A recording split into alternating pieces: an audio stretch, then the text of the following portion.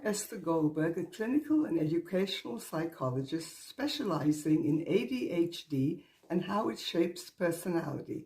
Today, I'm going to talk to adults with ADHD about the difference between ADHD and narcissistic personality disorder, NPD, two conditions which are completely different, but are often confused. They're completely different at the core, but on the outside, perhaps they can look similar, and that's why I want to talk about it. ADHD is about internal struggles with functioning.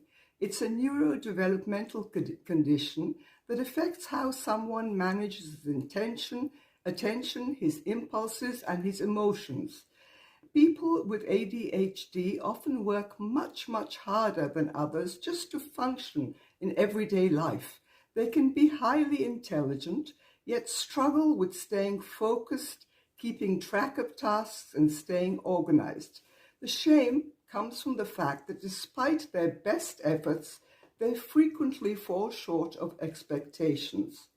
The shame is tied to their frustration at themselves, at not being able to keep up, often feeling judged by others as lazy, crazy, or unfocused.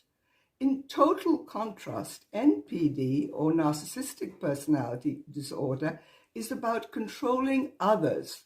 People with NPD have a fragile sense of self, and they have to protect it to control how others see them.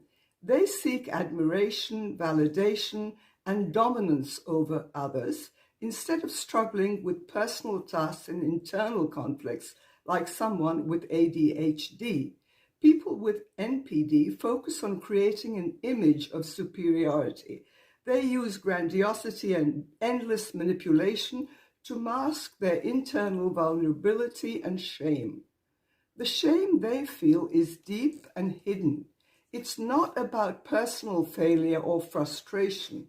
It's about wearing a mask to avoid constant deep fear of being seen as adequate or exposed for who they truly are. They rely on a fragile sense of self that needs constant reinforcement from external sources, constant adulation.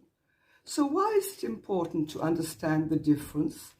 I'll repeat briefly to help you recap. ADHD affects how people function. It's about staying on track, managing times, regulating themselves, their emotions, and their relationships.